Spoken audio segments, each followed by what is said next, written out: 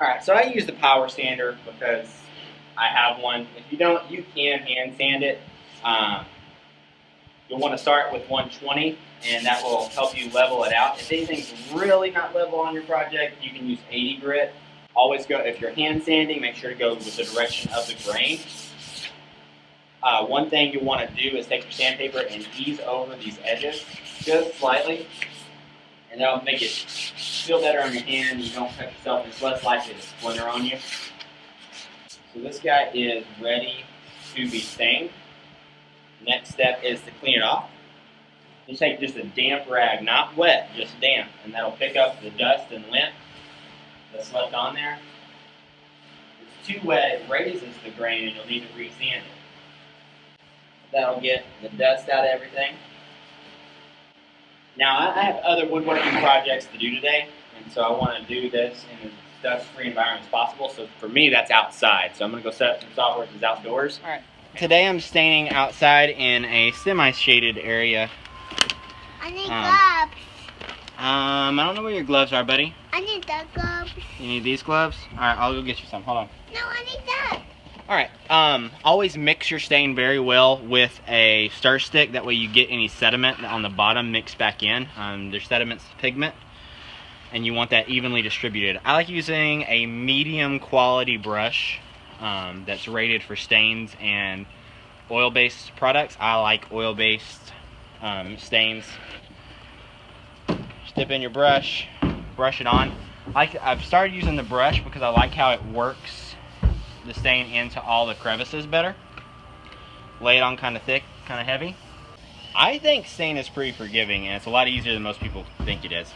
So now I'm just brushing it in, covering everything. Always pour my stain into a different container, that way if it does get contaminated I can dispose of it. That's pretty. That is pretty, isn't it? Yeah, I have paint. Yep. Always do the bottom side first, that way if you do have any runoff, you can clear it up on the front later. What? You do want to work pretty quickly. You don't want the stain to start drying on there as thick as you're putting it, because once you do this, you buff it off with the rag. Check something in a second. Alright, so once you get the stain on, and take a rag and you're just going to start buffing it off and buffing it in. I need paint. Provincial I found really does well with 2 coats, so I'm going to let this dry a few hours, come back and do a second coat. There we go. And I use these little inexpensive painter's triangles. You can get them at Lowe's or Home Depot. I'll put an Amazon link to some as well in the description. So if you want to support the channel, buy them from there. See wolf. See wolf. And now I'm going to buff this out real quick. And this is why you do the front side last, is because you have all this overfill that gets on everything. And you lay it on thick, and what this will do is it'll kind of redissolve that pigment. Yeah. It smells good. Yeah, it does smell good. What are you doing? Staining. Why? Well, because Daddy likes stained wood, and so do the people that Daddy's making this door for. For people? Yep, I'm doing it for people. Bad guys? No, they're not bad guys.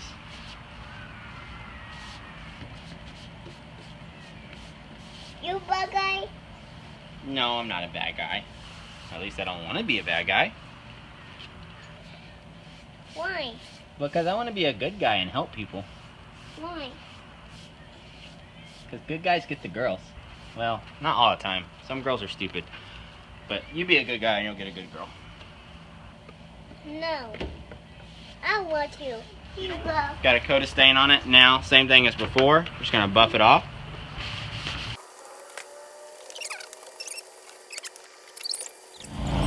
I've let my stain dry overnight, and now I am moving on to clear coating. I like using Minwax Wipe-On Poly.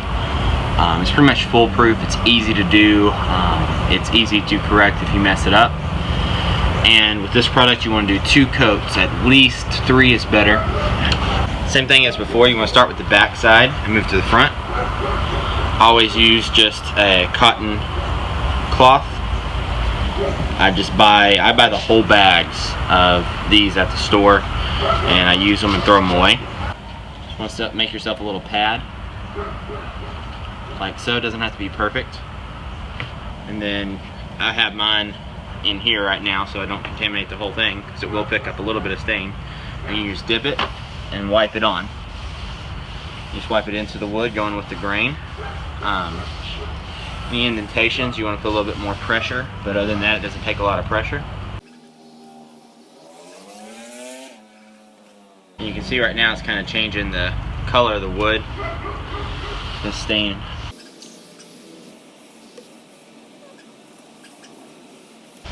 Your goal is to get this on thin, but complete. You don't want any puddles. The best way to see if puddles is get your eye down low so you can see the sheen, and if you do see any puddles formed, you want to go ahead and wipe them off.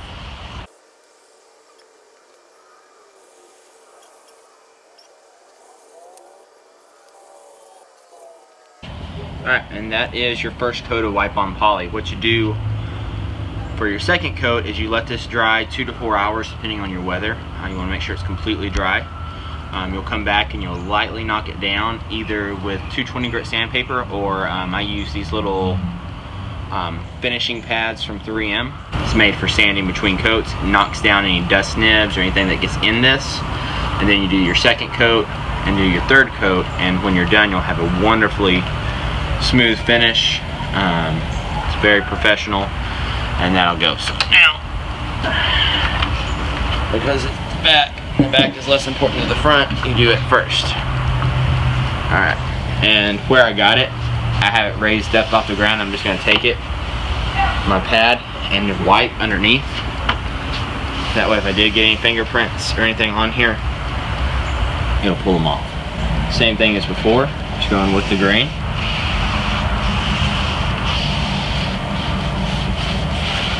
I'll do my high spots first, and then I'll work to my low spots. And you can see how that changes the color just a little bit.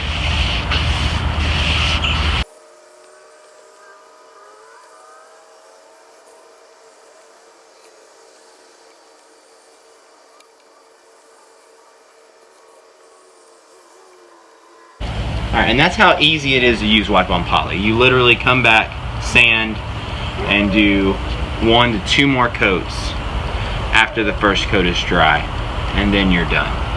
This is why I like this product. It's foolproof to use. It's easy for beginners, and if you order a wood project from me, this is most likely how I finished it.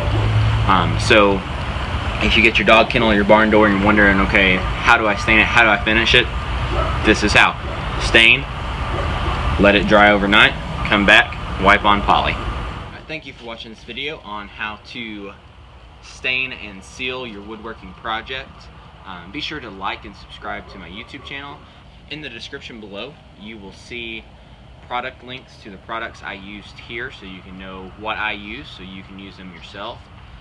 Also, there'll be a link to my Facebook page. On my Facebook page, I post continuing pictures of ongoing projects, from either shop improvements to remodels and construction projects I'm working on. So be sure to follow me on Facebook as well. Thank you for watching, and I hope you learned something from this video. Have a great day.